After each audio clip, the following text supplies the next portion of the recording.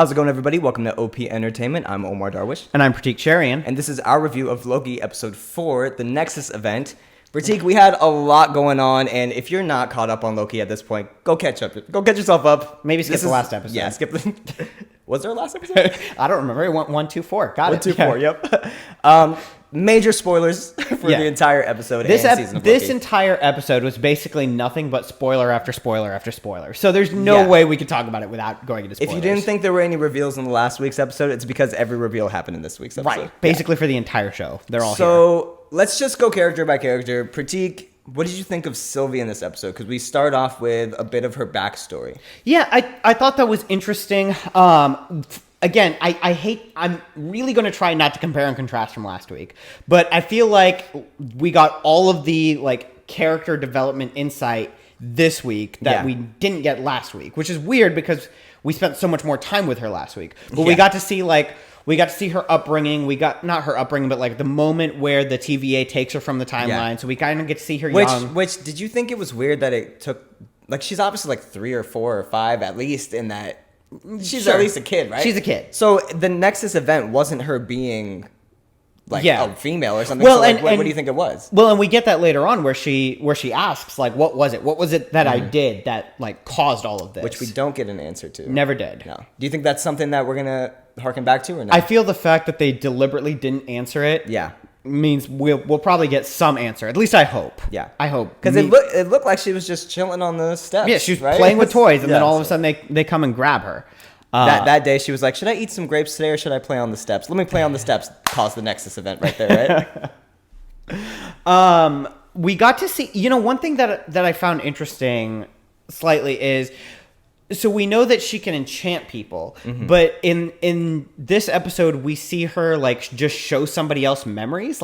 That's different from enchantment. Well, right? Doesn't she explain in the last week's episode? Isn't the only thing that happens last week's episode is that she explains her powers? Doesn't she explain that the way she enchants people is by accessing their memory? So I'm assuming the accessing their memory part is constant. Yeah, I don't know. It's a little weird though because last week it was more I take them in here to make them feel comfortable, but they don't realize what's happening. And in this, it's very much of okay, let me show you your memories here. Well, this feels more like not mind I would say control, that she can control whether or not they're in on it. I would say that's probably what it is. That's fair. Yeah, I agree with that. Do you think that we needed all this character development in last week's episode? Do you think that we got a good amount in this episode? What do you think?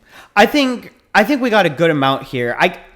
I feel like last week we got an introduction to a very, very brief introduction to the character, but which I guess is kind of necessary to set up all of the wheels in motion for this. Well, also the romantic relationship that we seem to be getting with our next character. Let's just get into Loki. Yeah.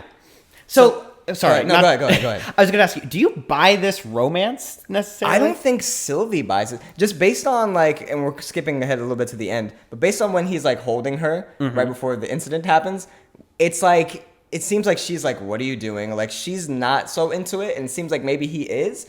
But is that just because he's To me, the biggest flaw in this episode is that they did a lot of other characters telling or Mobius telling Loki oh, you like her, oh, they're this is obvious, that's your girlfriend, blah blah blah. We get a lot of as a whole. This episode does a lot of telling us that Loki and Sylvie have some chemistry. And you should always show don't tell when it comes to don't movies, tell. right?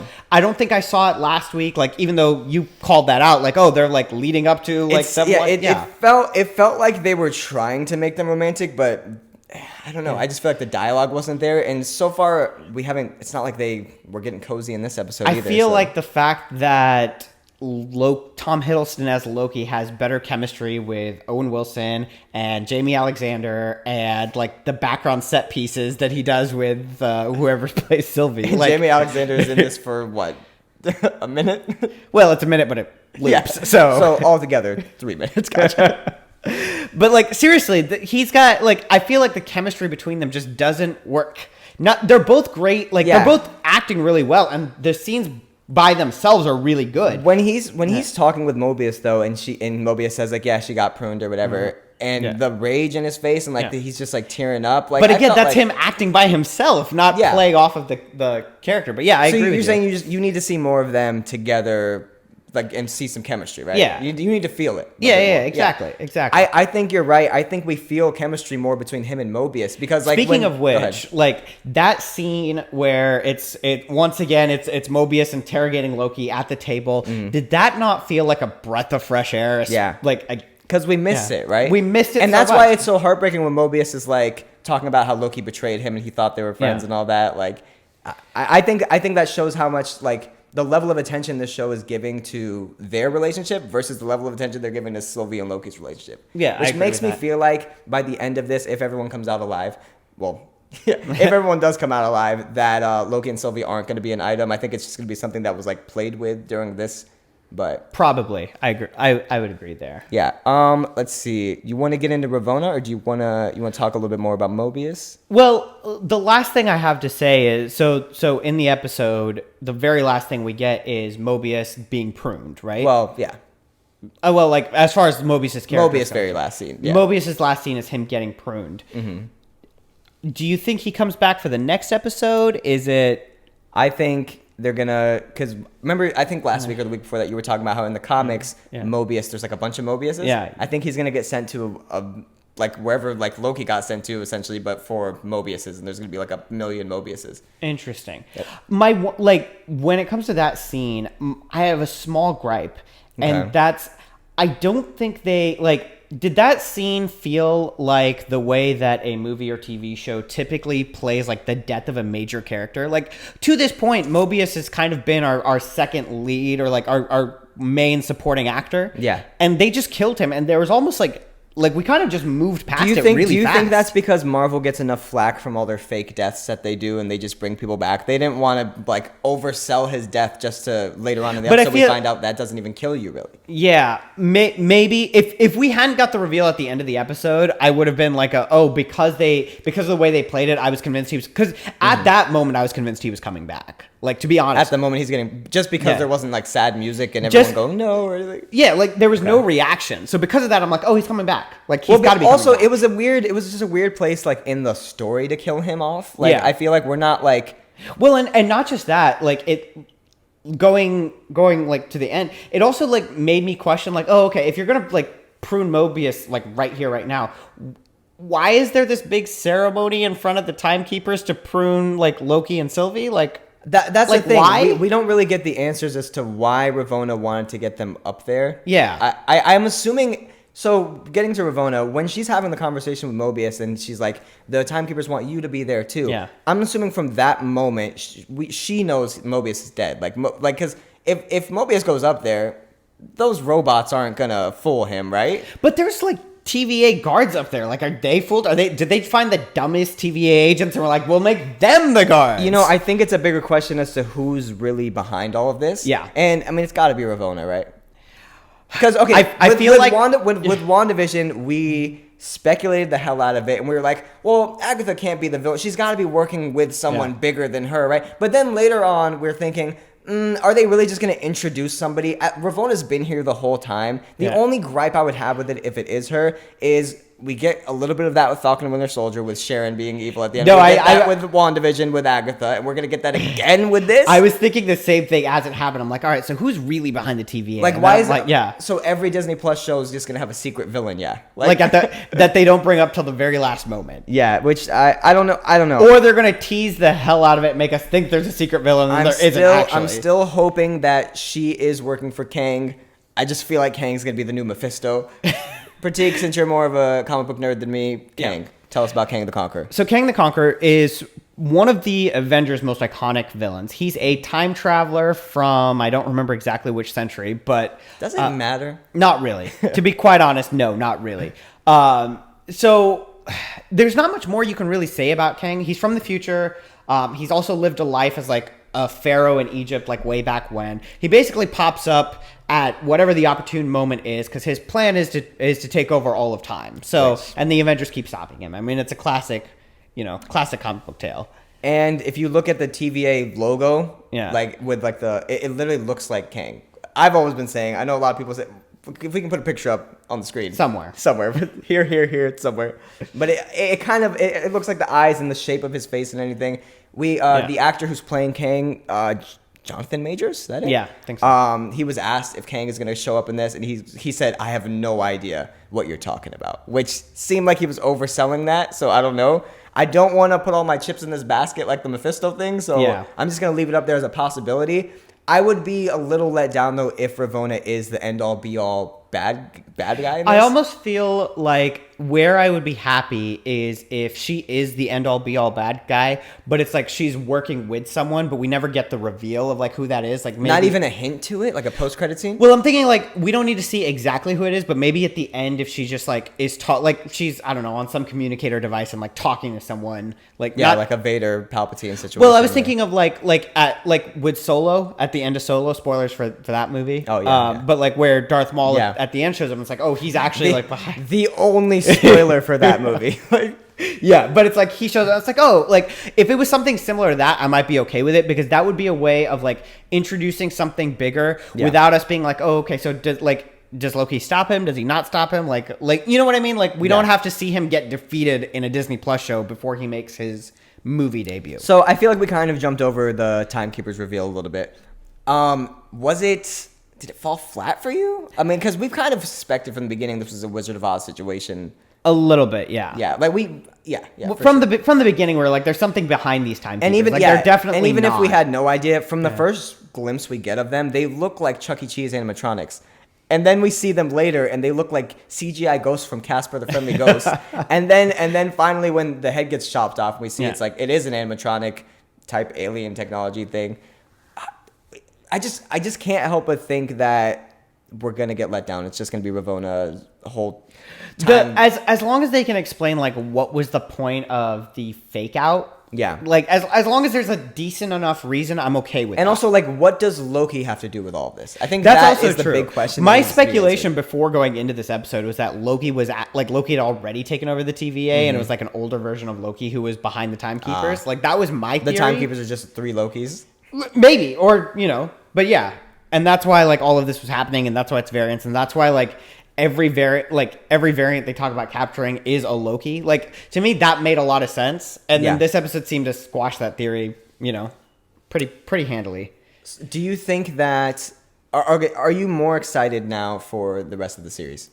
Yes. 100%. Yeah. I was asking this question. We have 2 episodes left. I feel like when we get to this point in like the other Disney Plus shows, we're like, how are they going to wrap everything up in these next 2 episodes? I'm in the opposite mindset right now where I'm like, they have 2 whole episodes to end this right now. You know, like, the last time we were asking this question, what we got, right? What? Boat scene. That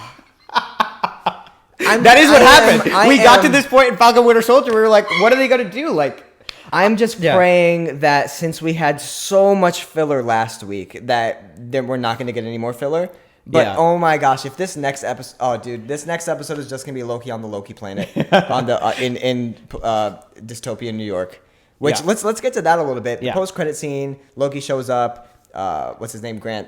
Richard Grant. Richard E. Grant. Sir Richard E. Grant. I'm just kidding. I don't even know who he is. Game of Thrones, right? All kinds of things. Yes, he's in movies. He's in a lot of things. Yeah. Either way, we see him. We see an alligator Loki. We see a kid Loki. We see someone who looks like a Thor alternative. Let's call him Thor Loki. Yeah, that's what I was gonna say. Where exactly is he, and why do you think he was sent there?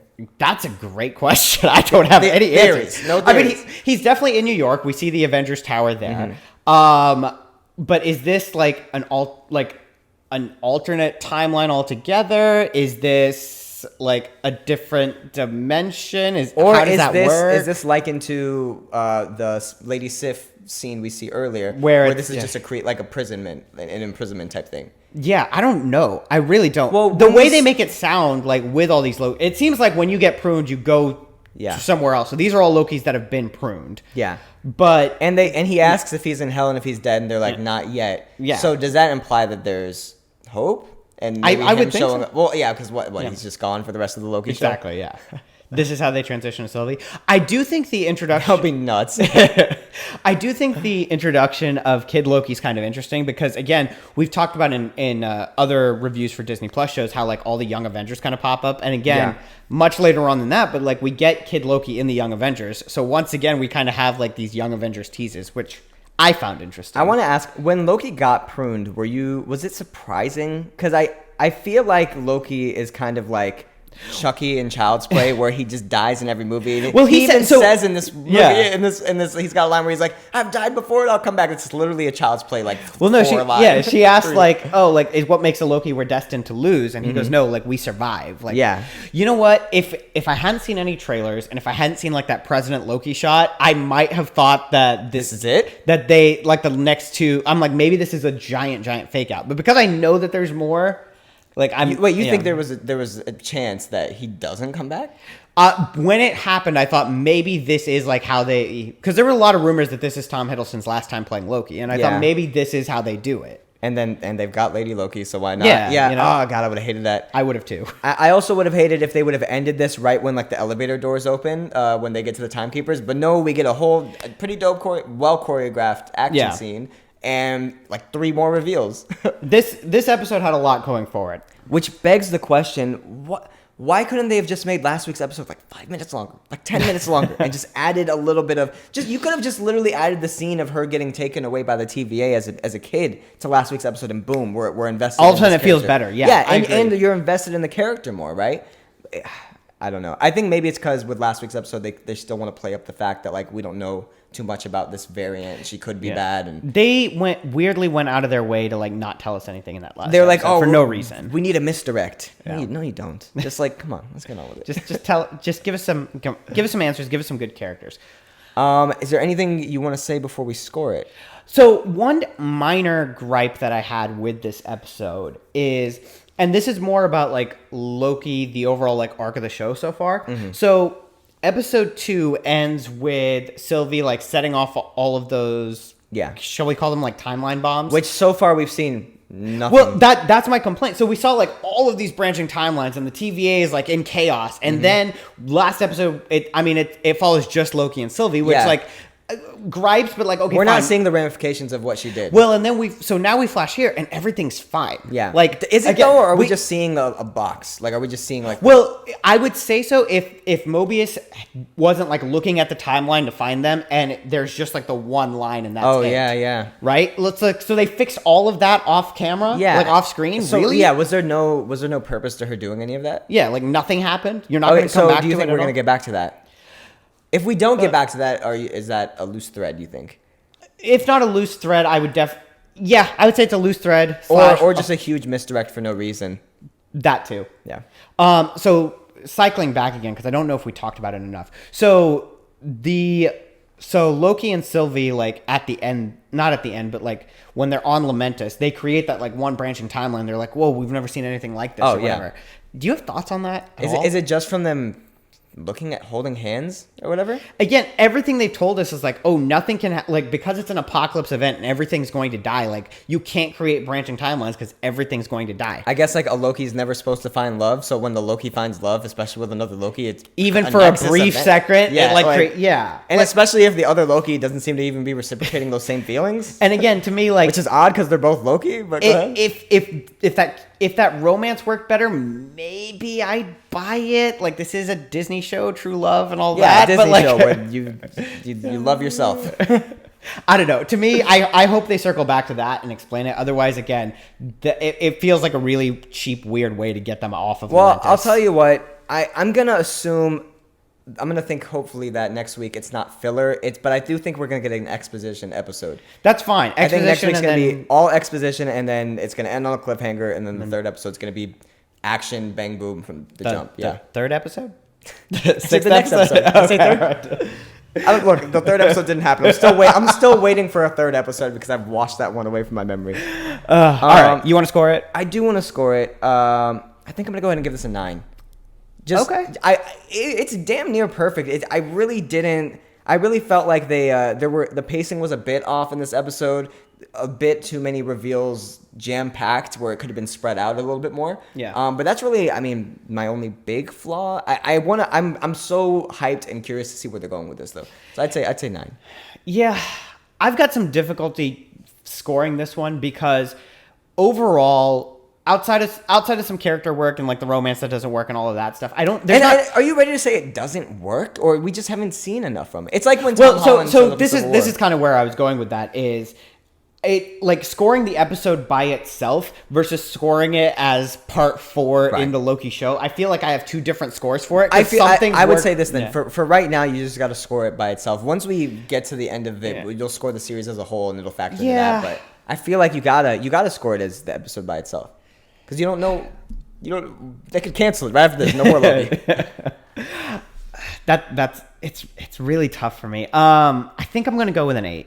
8? Okay. You might be able to talk to me tomorrow. Maybe you can talk me into a 9. But for today, I'm thinking 8. But it's a 8.7. No, we're not doing those. It's 8 or 9. It's an 8. It's 8.7. Then it's a 9. Nah, I'll give it an 8. You heard it here, folks. I think 9. Again, I think there was enough like chemistry problems there that it.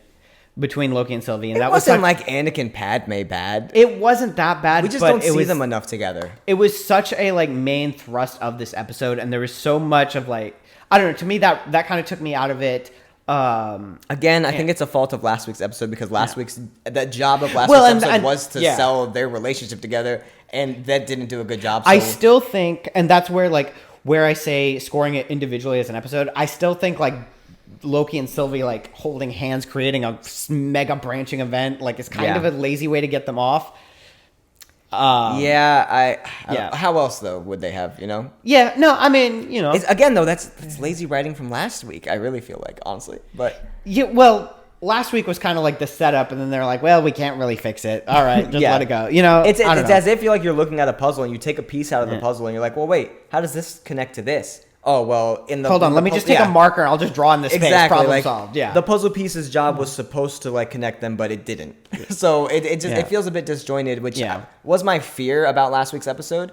But I'd actually rather this be the case than the beginning of this episode be like 25 minutes of filler to smoothly transition from last week. No, I agree. And out of every episode of Loki, this is the one that probably has me the most excited for like next week / the end of this series. I'm mostly excited because I have no idea what's going to happen now. Or at least I hope I have no idea because I have my suspicion about Ravonna being the big bad. I just hope. I'm just going to stop speculating because this is how you go spiral out of control. Yeah, and all I'm saying is if Kang doesn't show up, I'll be disappointed. Kang and Mephisto together show up. That's what happens. Don't even get the internet started, Pratik.